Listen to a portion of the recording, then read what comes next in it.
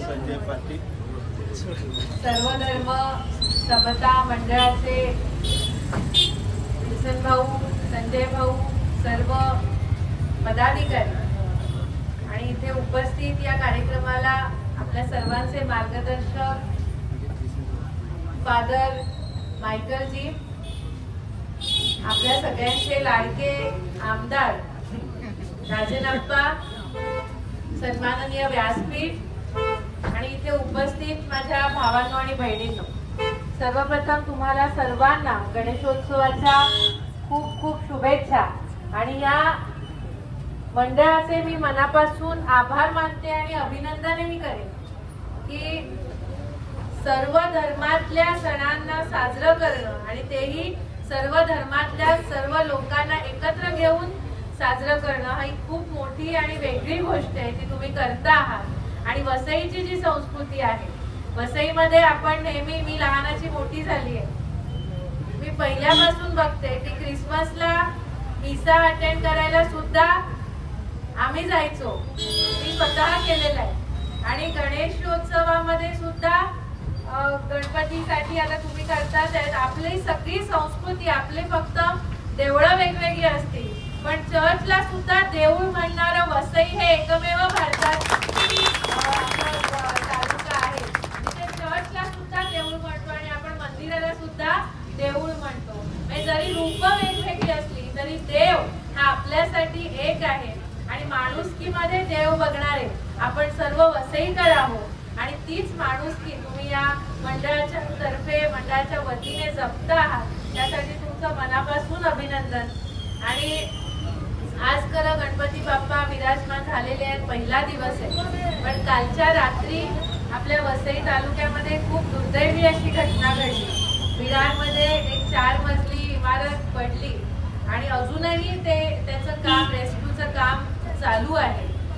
मी सुरुवातीलाच गणपती बाप्पाच्या चरणी जे जखमी आहेत त्यांना लवकर बरं वाटावं, ते चांगले व्हावे त्यासाठी मी प्रार्थना करते आणि जे या दुर्घटनेमध्ये वाचू शकले नाही अशांना श्रद्धांजली अर्पण करते आणि आपल्या सर्वांना ही विनंती करते की आजच्या दिवशी आपण आपल्या प्रत्येकाच्या प्रार्थनेमध्ये त्या सर्वांच्या कुटुंबाला ठेवूया आणि त्या कुटुंबाचं चांगलं हो, भलं हो, सगळेजण सुखरूप, आता सुद्धा जर कोणी तिथे मिळायचे बाकी असतील तर ते सुखरूप बाहेर पडो अशी आपण सगळ्यांनी प्रार्थना करूया। आणि तुम्हाला मी आता या क्षणी, कारण की खरं काल मी आणि आप्पा दोघेही आम्ही रात्र सकाळी 5 वाजेपर्यंत आम्ही तिथे घटनास्थळापर्यंत होतो आणि आमच्याही मनात होतं की आता कसं उद्यापासून गणेशोत्सव साजरा करायचा। एका ठिकाणी इतकं दुःख आलेलं असताना आपण एखादा महोत्सव कसा साजरा करायचा, पण हीच आपली समाजाची आणि म्हणावी निसर्गाची एक नैसर्गिक आहे, म्हणजे दुःख आणि सुख हे एकाच वाटेवर चालत असतं। तर त्यामुळे आपण महोत्सव साजरा करत असताना ज्यांच्यावर दुःख आलंय त्यांना सुद्धा आपल्या प्रार्थनेमध्ये ठेवलं पाहिजे आणि ते सगळेजण आपण ठेवू। मी पुन्हा एकदा तुम्हाला ते सगळ्यांना शुभेच्छा देते गणेशोत्सवाच्या आणि मला बोलावलं, तिथे माझा सन्मान केला, माझी वाट पाहिली, त्याबद्दल मनापासून आभार।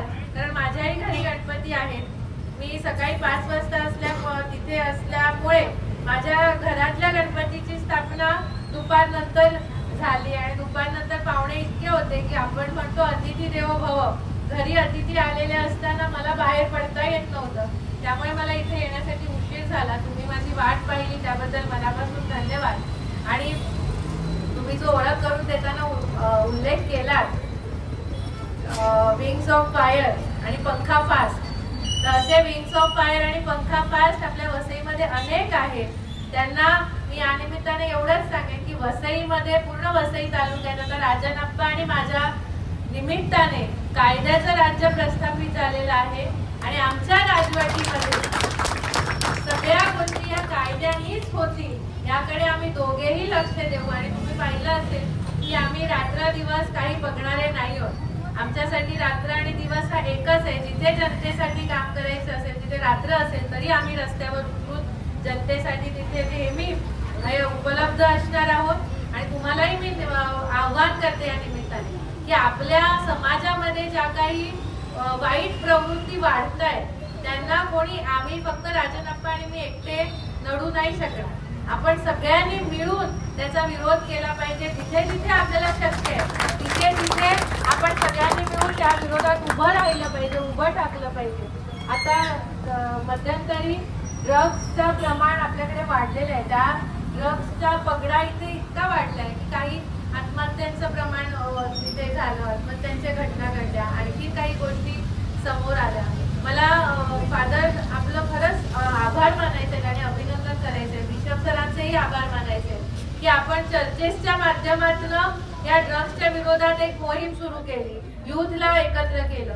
तर मी सीपी सरांबरोबर सुद्धा मीटिंग केली आहे, त्यामध्ये सुद्धा आमचं असं ठरलंय की या महिन्यापासून आपण एकत्रितरित्या समाजातले विविध घटक, सामाजिक संस्था, लोकप्रतिनिधी म्हणून आम्ही, पोलीस यंत्रणा, असं आपण गावागावामध्ये जनजागृतीची अभियान राबवली आणि ती फक्त थोड्या कालावधीसाठी नाही तर ती सतत चालू राहिली पाहिजे, जेणेकरून ह्याचा जनजागृती सुद्धा झाली पाहिजे. आपली येणारी नवीन पिढी ही सुरक्षित राहिली पाहिजे आणि त्यासाठी आपण सर्वांनी मिळून एकत्रितरित्या काम केलं पाहिजे आपल्या वसईच्या विकासासाठी. आणि मला खात्री आहे की तुमच्या सगळ्यांचे आशीर्वाद आमच्या दोघांच्याही पाठीमागे असतील. गणपती बाप्पाचे आशीर्वाद आमच्या पाठीमागे आहे.